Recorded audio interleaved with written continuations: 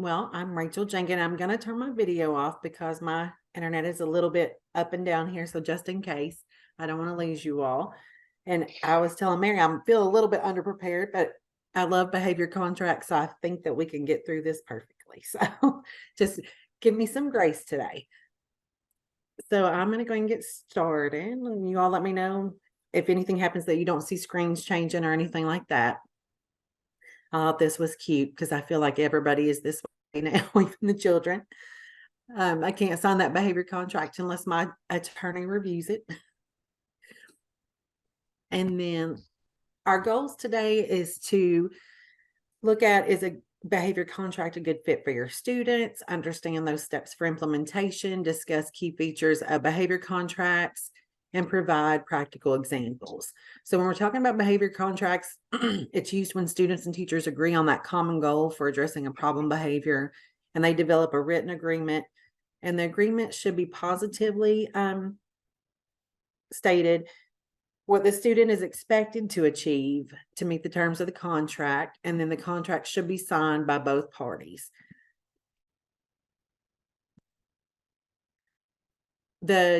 This is the multi-tiered prevention model. So you can see the primary, secondary, and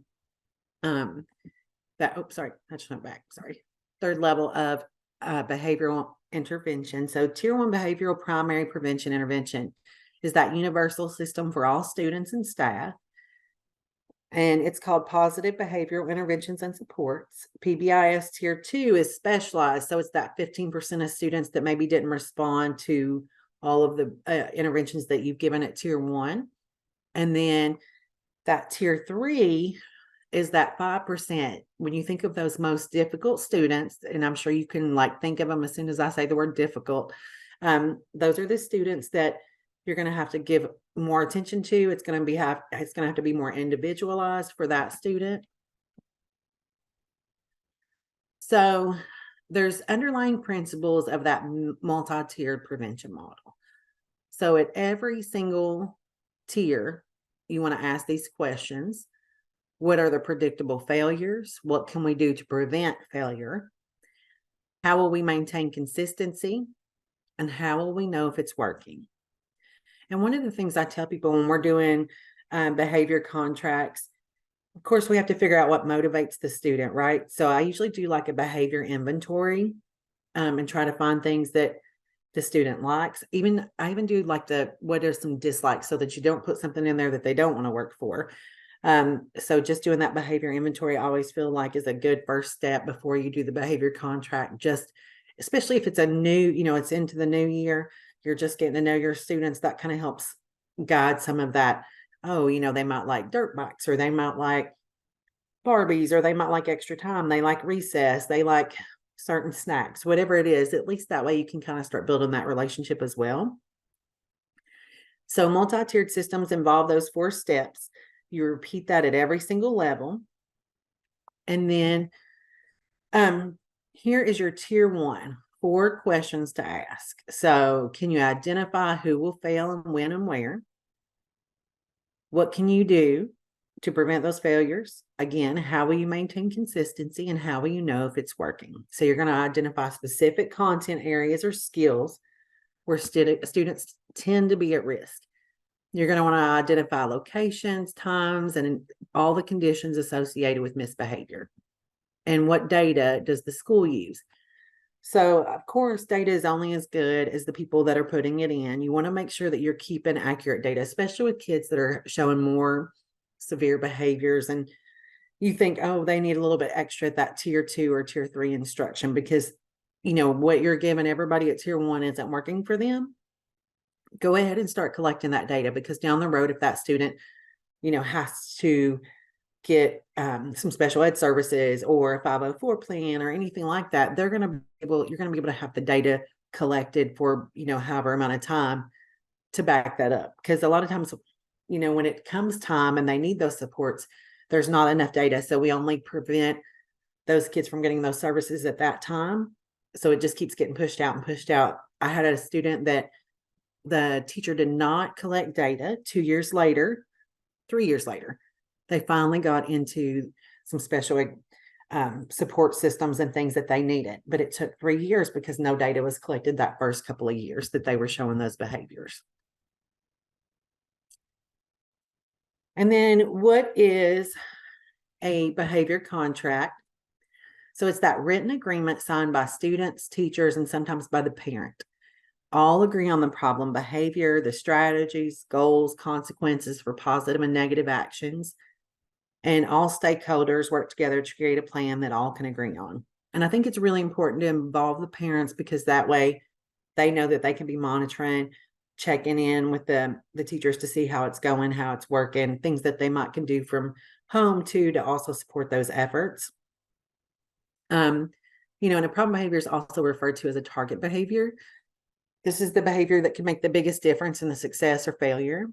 Behavior contracts are a formal method for a student and teacher to discuss and agree on, but behavior to be improved in exchange for planned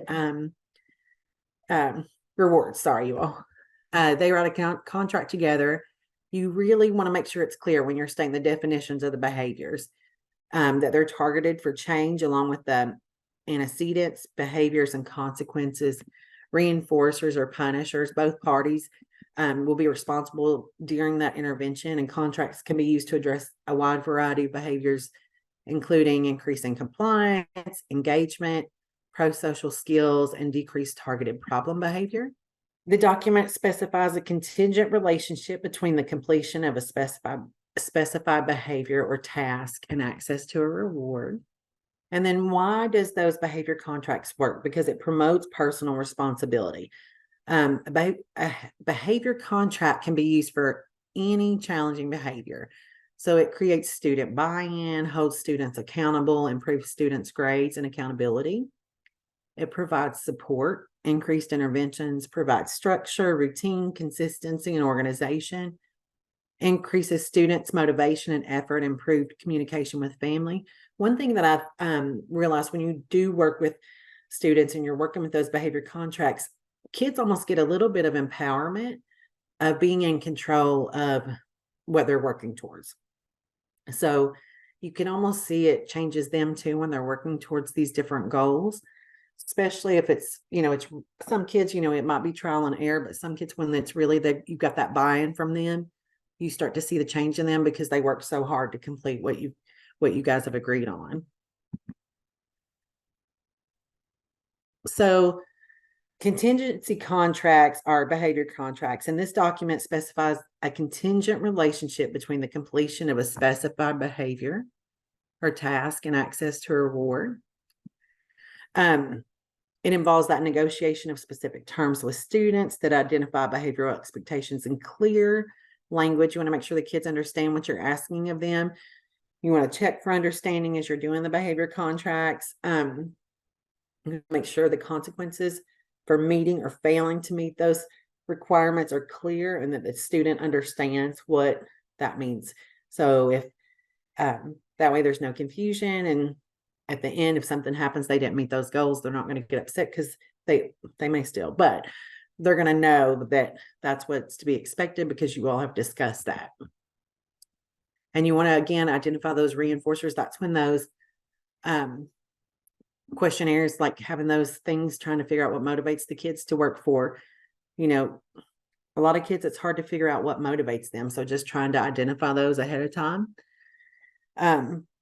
A lot of kids, they get so excited when they, they've done this little checklist with you and they've told you all the things that they love. And then they get to that point, and when they finally achieve it, then you start seeing those behaviors start to improve because they completed it. And it also makes them feel good.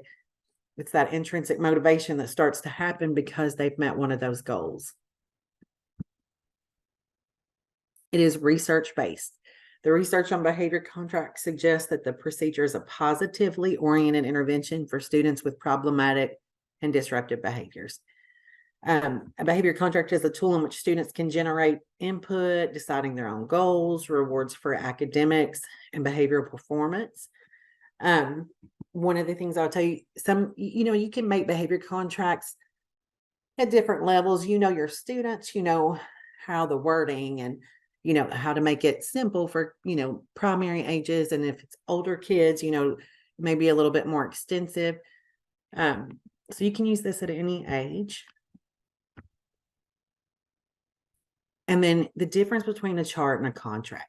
So a chart is usually displayed, and it can cause stress for a student. Visual representation of the behavior, and a chart is a way to monitor behavior. A contract, the difference is it is agreed on by both parties. Student accountability is increased when it's signed by all the parties. Progress is documented by the teacher to determine if the desired behavior is increasing. And, when you have a contract with a student, it's less likely that other students are going to know about that. So that's something just between you and your teacher and your family or whoever was involved during that contract process. Do y'all have any questions so far? I feel like I'm going fast. I don't mean to. Nothing's in the chat yet, Rachel. Okay, I just want to make sure because I can't see it. So, Oh, that's fine. I'll let you know. All right, thank you. So is my student a candidate for a behavior contract? A behavior contract can be used for all kinds of behaviors, especially when students are exhibiting the persistent behavior problems over and over and over. Persistent behavior problems has the ability to do, but isn't. Maybe it's that defiant oppositional student, easily frustrated or anxious, not organized, isn't completing class tasks. Students have that capability of producing the appropriate behavior. We all know most kids can do that, but that, sometimes they just choose not to, and it can be frustrating. But doing a behavior contract is an easy way to start getting them to accept responsibility, giving them goals. Because a lot of times when kids start to complete goals, you start to see those changes because they get so excited because they actually completed something that they started and they got that reward from it. We all know that student that's not organized, never has the pencil, always has the wrong folder, forgot their book. A behavior contract is a great way to start helping them to get organized. Behavior contracts are written positively. They state what the student is expected to achieve to meet the terms of the contract. They're easy to understand by teachers, parents, and students, and should be for a short duration of time. So, when you're writing these contracts, you would want the students to be involved. You want them to choose a reinforcer that they want to work to earn, because that gives them some input into the contract. And as students' needs and interests change throughout the year, you may need to revisit the contract, and reinforcers may need to be changed as the school year goes on, because, kids go from one thing to the other. School-based contracts may be written on the back of the daily progress report. School-based contracts may require a parent signature so that school personnel know that the parent has read that agreement. Target behaviors can range and be specific for some students. They might need to work towards school-wide expectations, may be appropriate, being responsible, being safe, while other students, like more specified behaviors may need to be considered, such as the demonstration of a replacement behavior or social skill, asks for a break, raises their hand, takes deep breaths to calm down. Those are just some of the examples. So implementation considerations. So that pre-intervention is collecting that baseline data and select 2 or less target behaviors for change. Sometimes you can feel like there's a million things going wrong, but you want to focus on at least 1 to 2 that are the most severe that you can start with, and then you can work on the others. Because sometimes when you get those top 2 behaviors, they start to change. Sometimes it changes the other behaviors that were happening as well. So, focus on that top 2 behaviors.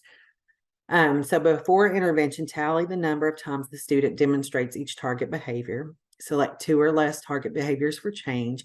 Meet with students and agree on that mutual definition.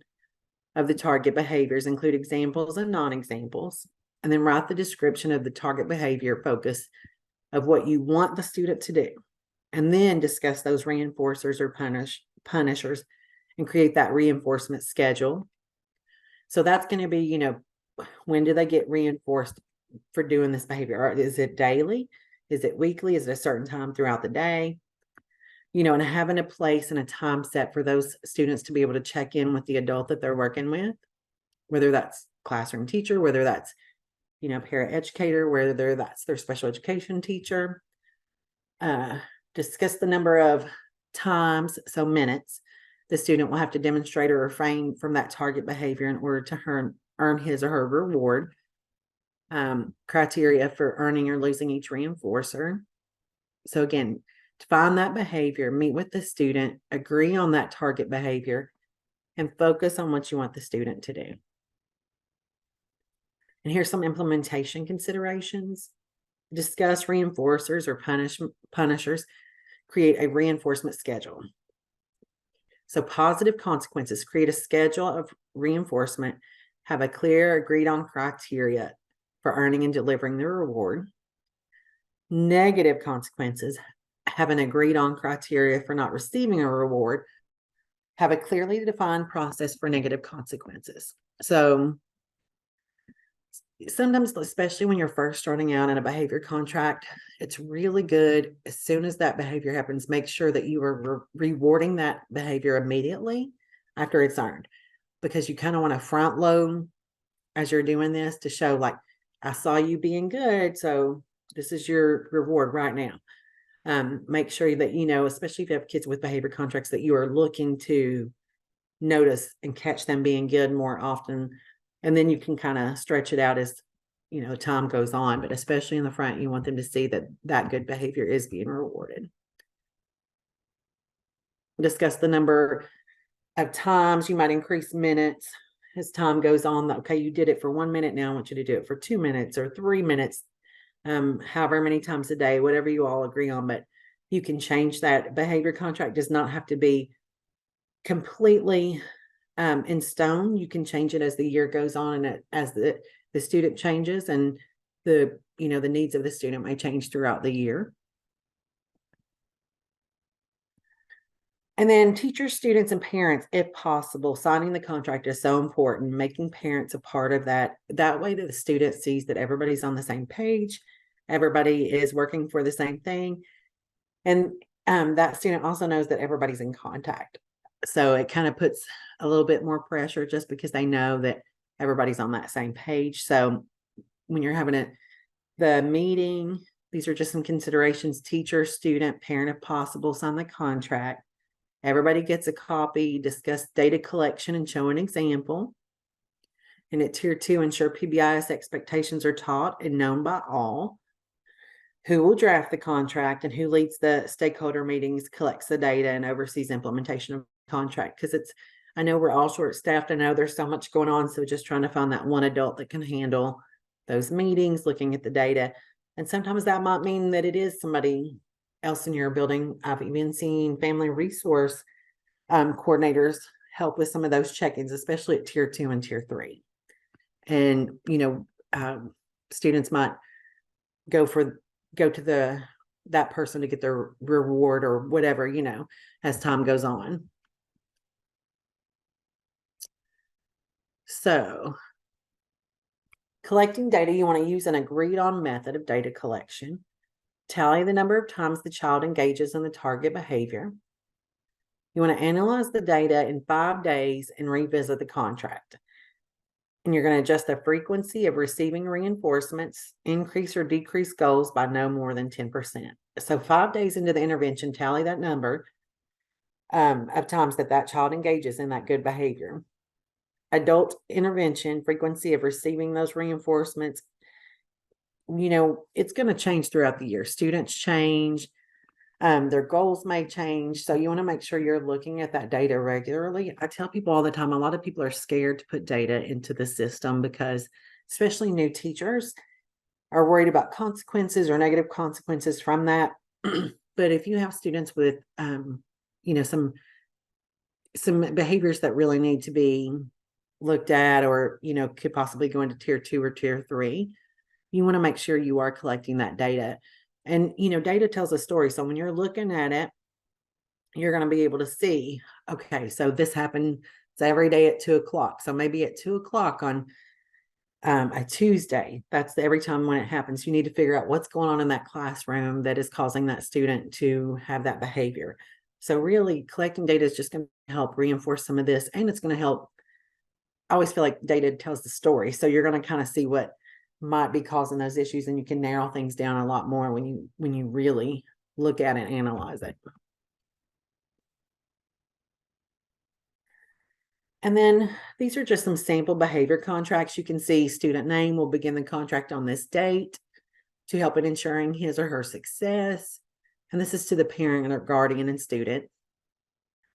Student strengths. So you list 3 strengths: student's area of concerns, agreed on goals for student, then the reward when goals are met, consequences when the goals are not met, special notes. So this is, just maybe some clarification for the parents or guardians.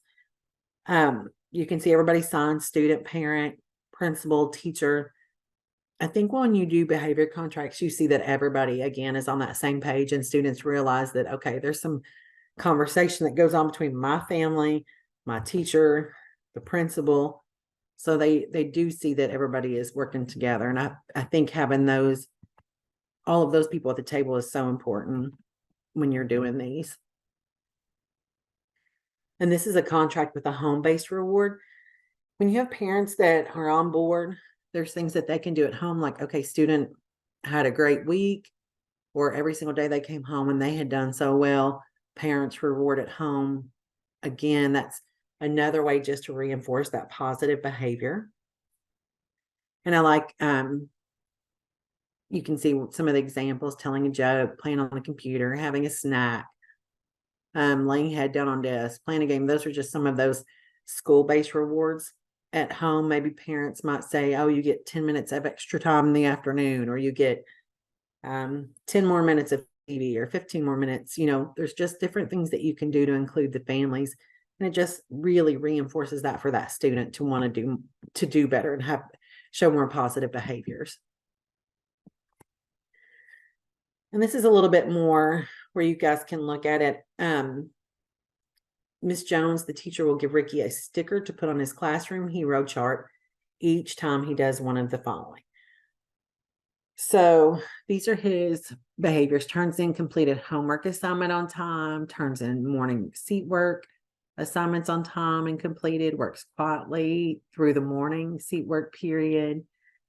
10 minutes of free time at the end of the day would be what he has been able to receive. 10 minutes of extra playground time, choice of a prize from the surprise prize box.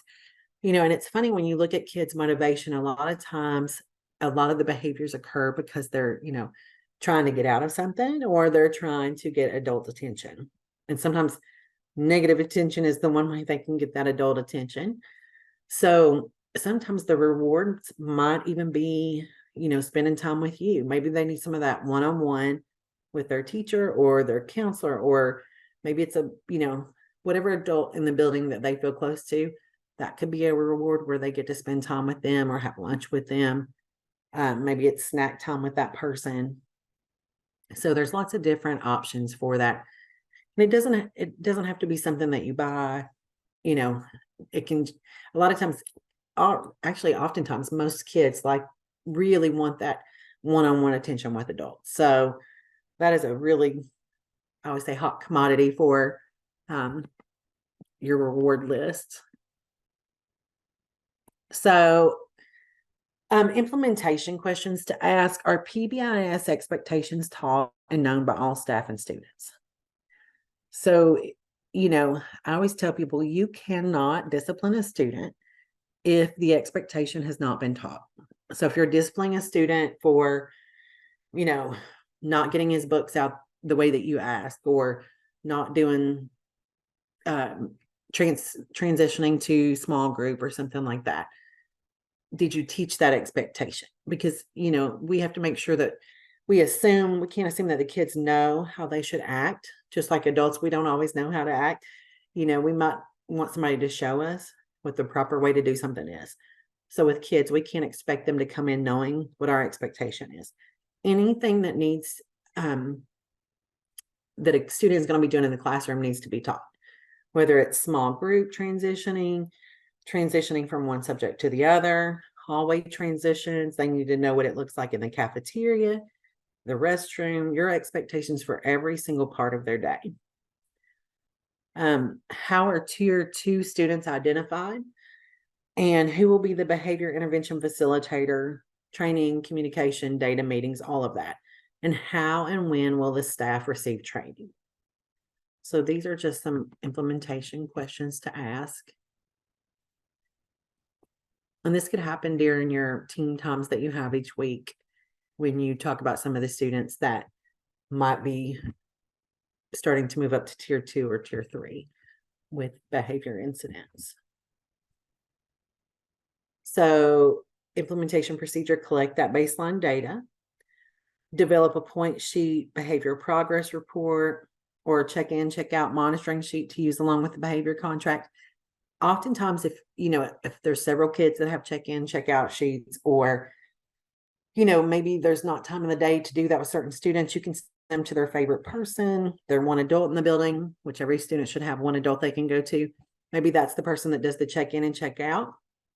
Identify the target behavior. Target behaviors can range in specificity for some students. School-wide expectations may be, again, being responsible or safe, while other students, it might be more of that. Let's replace this behavior. Let's work on a social skill. Let's learn to ask for a break, raise our hand, taking deep breaths to calm down. So collect baseline data, identify this target behavior, and schedule that meeting with your stakeholders. During the stakeholder meeting, you're going to identify students' strengths and areas of concern, write behavioral objectives, and then design the monitoring tool. And there's so many things out there. Don't feel like you have to recreate the wheel. You can find tons of things online that are free. I always say working smarter, not harder. So look for things that are already out there. There's tons of different resources that you can look through. And there's some at the end of these, actually at the end of this slide deck, there's some resources that you can find those.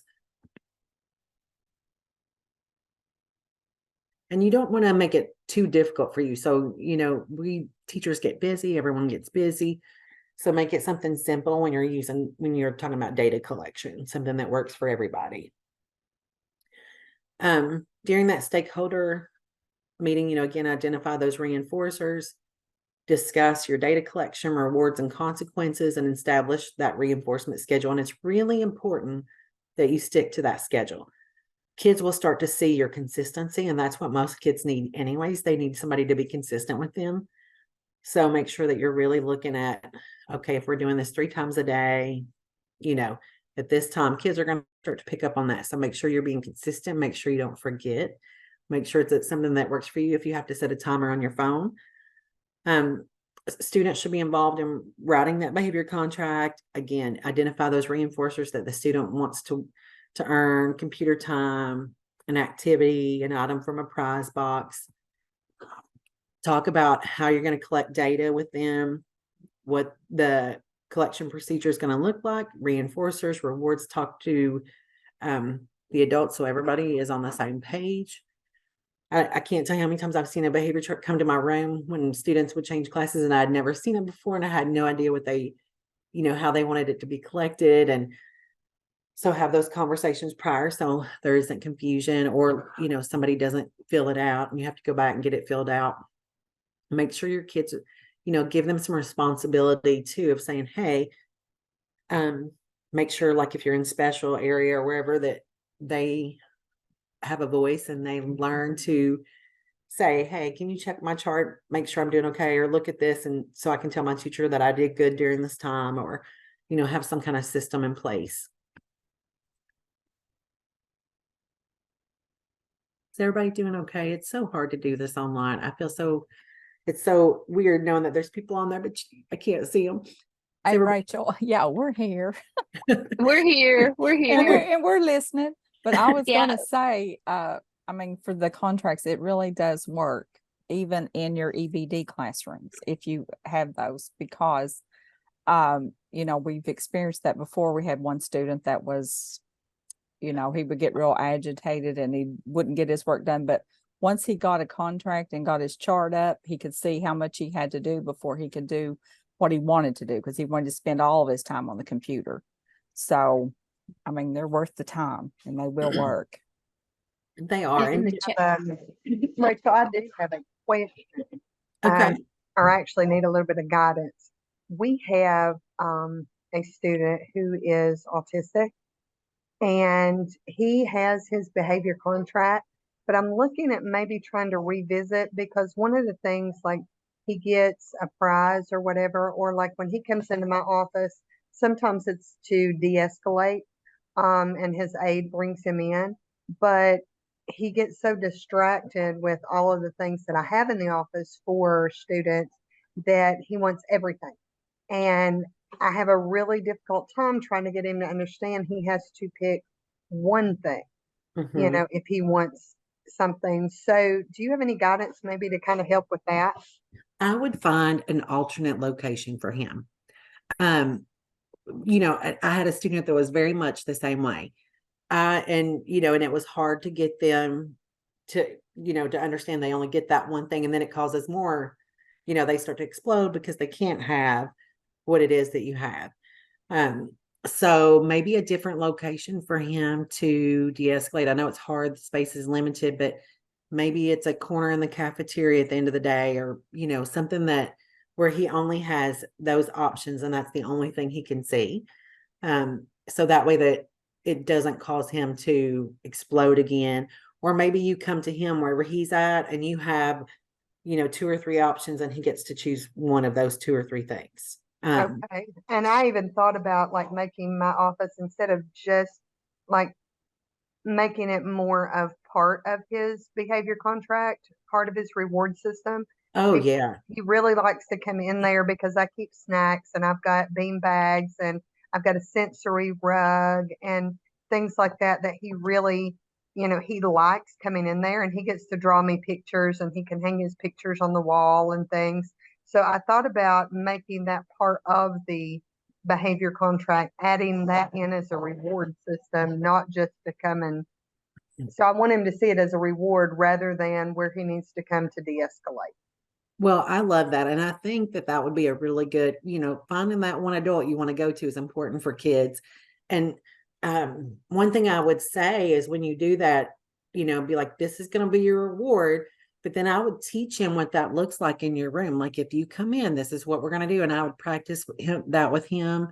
Like, this is what you get to choose from, and teach those expectations from the time that he earns that reward to be in your room. Great. That's great. I appreciate that. One of the things I'll tell you too, I had a student that he loved, I think it was it Wild Kratts that likes all the animals, I think. He loved animals, and he was one of my hardest students that I'd ever had. He was very hard to motivate, but I noticed that he loved animals, and like he was the best person to take to the zoo because he could tell you everything about the animals at the zoo. And so I got some sea turtles, like the little sliders, red sliders, one time, and I brought them back. And his job was to take care of those turtles, and that was his reward. So once he got his work done, once he did all the things, he could go over and he could, work with the turtles. But it took months to figure out what motivated him. And sometimes it's not going to be an overnight success. It might take trial and error of tons of different things because, some kids, they are really difficult to motivate.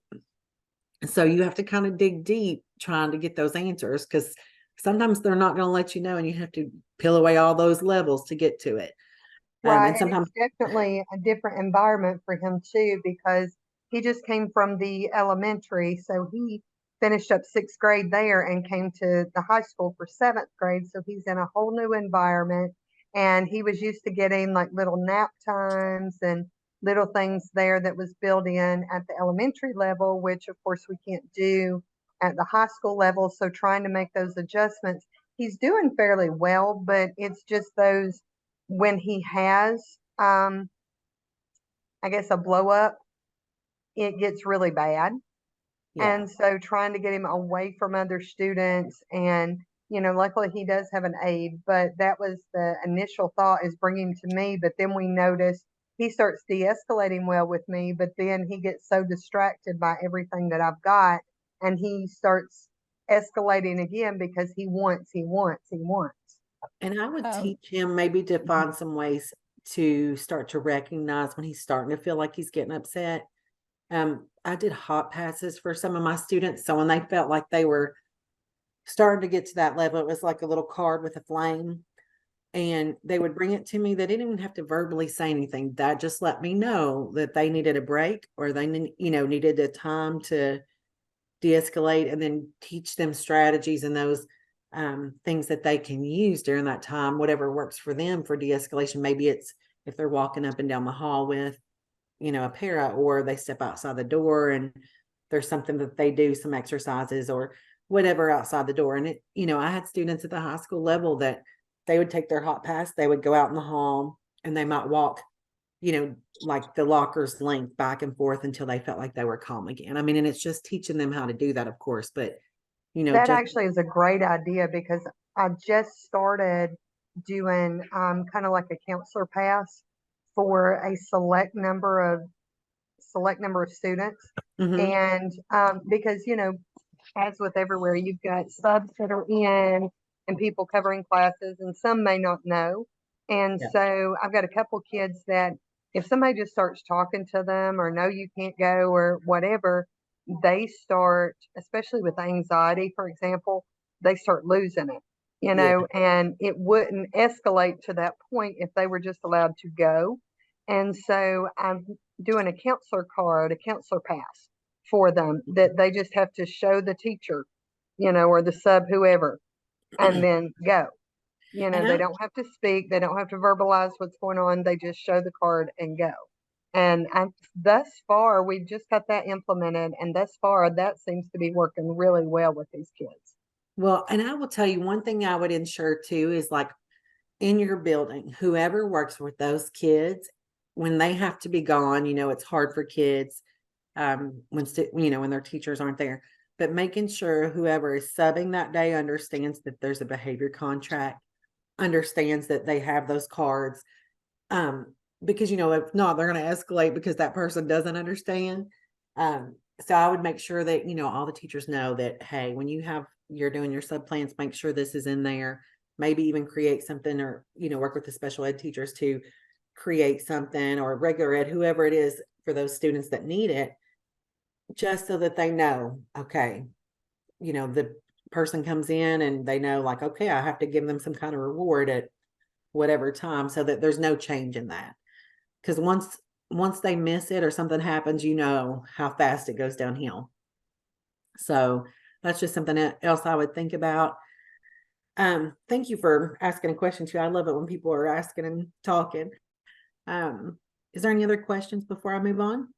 No, Rachel, I was just Just going to say maybe, those are great ideas. I was thinking maybe if there were two different places like she was talking about, one place he de-escalates, but the other places where he can get his reward for recognizing, like he's taking the hot pass or the counselor pass or something. So it wouldn't like be the same place where he's de-escalating and getting rewarded too. Yeah. I don't know. No, I think that's a great idea, because I think there's confusion in that sometimes. I do think that would be a good idea, because I've had students that could understand that it's both, and then I had students that didn't understand. So I think that's a good idea. It's not always possible, but because of spacing and stuff, but if you can, that is a good idea, because that way they start to understand and see that difference of reward or de-escalation space. So some examples of reinforcers, and you can see like the tangibles, tokens, stickers, posters, prizes from prize box, snack. When I worked at the high school level, I had no clue what to do with high school students. So like my first 2 weeks, I could not figure out how to motivate some of the students. Then I realized they really like snacks. and they like to eat. So I started having like a little store, basically, like that old school thing where they could earn, chips, snacks, whatever. Activity based, they might get that extra time on the computer, silent reading time, partner reading, allowed to be a leader, given a classroom job, assisting secretary or teacher, tell a joke, lunch with the teacher, positive phone call home. Even high school students, middle school students, they may not act like it, but some of those students really like getting a positive phone call home. Parents like it because they're usually getting calls for other reasons, but that's a good way to build a relationship. Try to catch those kids doing one thing right and praise them for it. Let their parents know it happened. Model for a younger student, intangible, verbal praise, smiles, thumbs up, giving eye contact, positive comments, written on work. One of the things that one of the teachers that I worked with did, and I loved it, she wrote notes to her students every morning. And that's just something that's that automatic reinforcer. She would go by, a certain student and just be like, "You're doing a great job," on a stick-it note. And for the other little kids, it might be a smiley face, or, adults, it might be, "Awesome job, you're killing it," whatever it is. It's those little things that mean so much. I mean, I still have notes that teachers left me when I was in school. So you'd be surprised what a difference little things like that can make. During your stakeholder meeting, you want to set realistic performance goals and evaluations, develop contract with agreed upon goals, and sign the contract. And then again, everybody gets a copy, everybody agrees on it, students are involved in it. Really letting them take that ownership helps them mature too, because they realize, okay, if I do this, if I work for this, I get whatever it is. Oh, I didn't do what I was supposed to do. There's consequences when you don't do those things. So it does start to help them mature when they take responsibility within doing this behavior contract with you.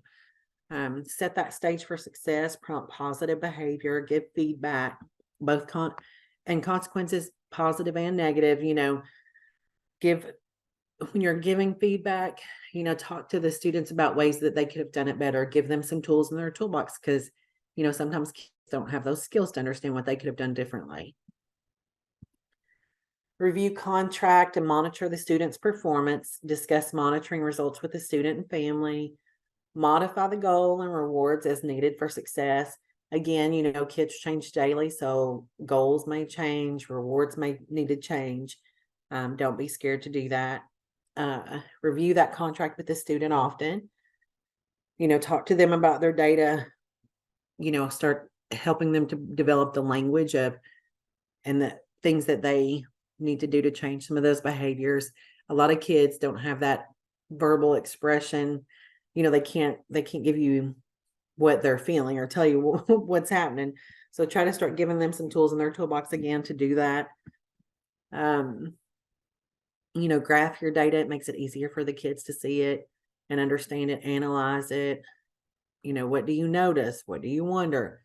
What will you do now? Discuss what has been shared, possible causes, connections and links to classroom instruction and notes, other additional data that may be needed. Sometimes I will tell you, even as a parent, as a teacher, sometimes we're too close to what's going on. I know people tell you that and you're like, no, I can do this. Sometimes we love our kids so much we don't see what might be some of the issues that are happening that we're just not seeing because we are too close to it.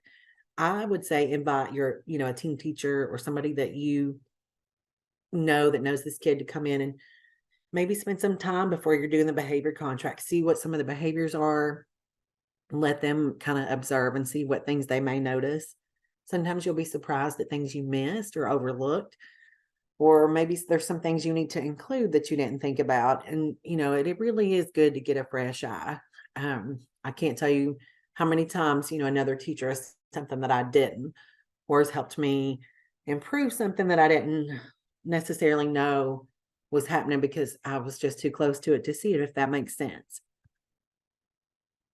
Stay the course, continue with your behavior contract. Kids need consistency.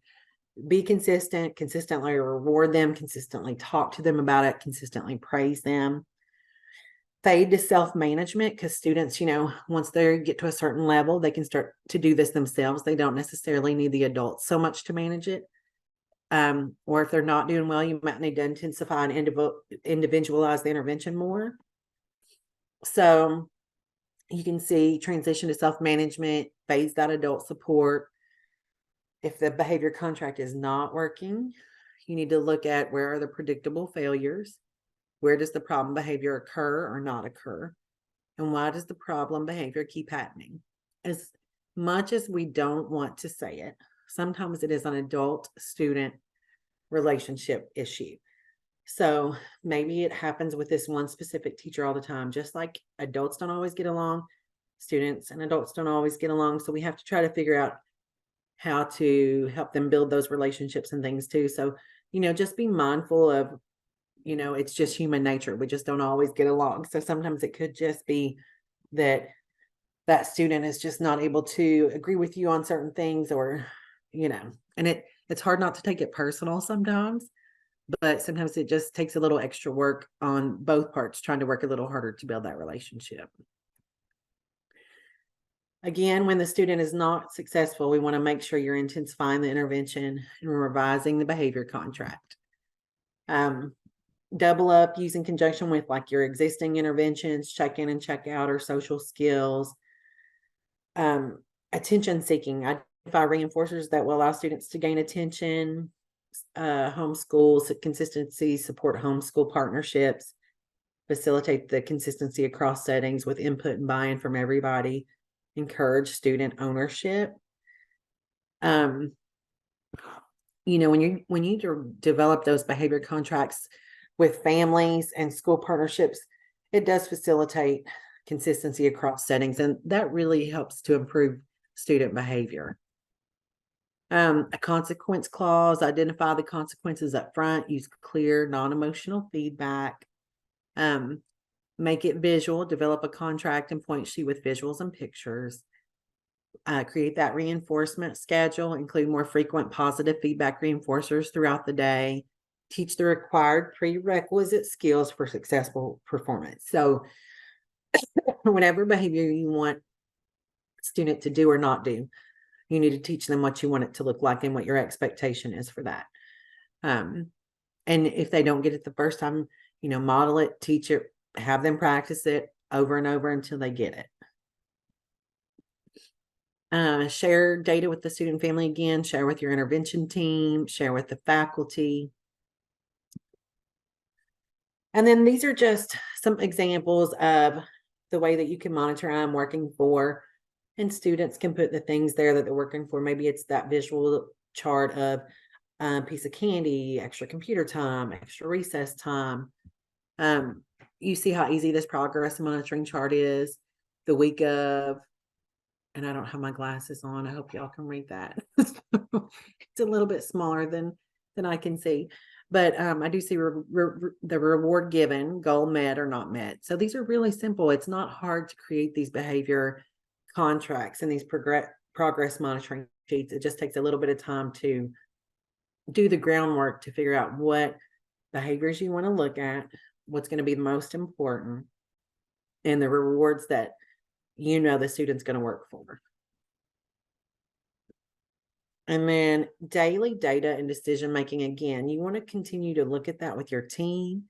Share this with your family, share this with your students, monitor it, revise it as needed. Kids grow and mature throughout the year. So, again, their things that they're going to work for may change, or the frequency that you have to reward them may change depending on how well that they're expressing that positive behavior. And this is, looking at school-wide behavior, and what interventions are you using? So behavior contracts, social, academic, instructional groups, check in, check out groups, and mentoring. Maybe it's that functional behavior assessment or behavior intervention plan, wraparound support. These are just some things that, you can start keeping track of. And, some of those more intense kids are going to need more supports. And you can find these tools at Midwest PBIS. 2.org. And if you want, I can put that in the chat in a second. Or actually, Mary, again, I'm going to tell you, and you can type it in if you don't mind. It's www.midwestpbi. I got it. Oh, you got it? Okay. thank you. PBISD.org. You're welcome. And that is a really great website. They have tons of stuff on there, so you don't have to recreate the wheel. And then here are some other examples of ways to collect that data. And these are great. Like if you bring these forms each week to your grade level meetings or bi-weekly, however you all have them, that way you know the people that are working with these students all have a good idea of what they're working towards, how often they get rewarded, and you know, trying to find some more positive interactions with those students and trying to build relationships with those students again, because we know every student needs at least one adult they can come to. And these are just some resources, and that will be at the end that you all can look at on your own. I'm not going to make you sit here and look at a video for 12 minutes. But how to use a behavior contract, there's the Midwest PBIs, it's actually 2.org now. And then behavior contracting. These are really good resources just to get some things that you guys don't have to continue to, you know, work hard trying to create. It's already out there. And, you know, if you've not done a behavior contract before, you know, don't feel intimidated. It's going to work. It's going to be very easy to create. It's just trying to make sure you understand like that student is going to be motivated for that specific, you know, reward. You want to make sure you are teaching that expectation of what you want it to look like. Because again, if you are not teaching the expectation, you shouldn't be disciplining the student if you haven't taught that expectation. And that is the end of the PowerPoint. I know it was fast. I know it was a lot of information, but I hope that you all were able to follow along, and I'm here for any questions you all might have.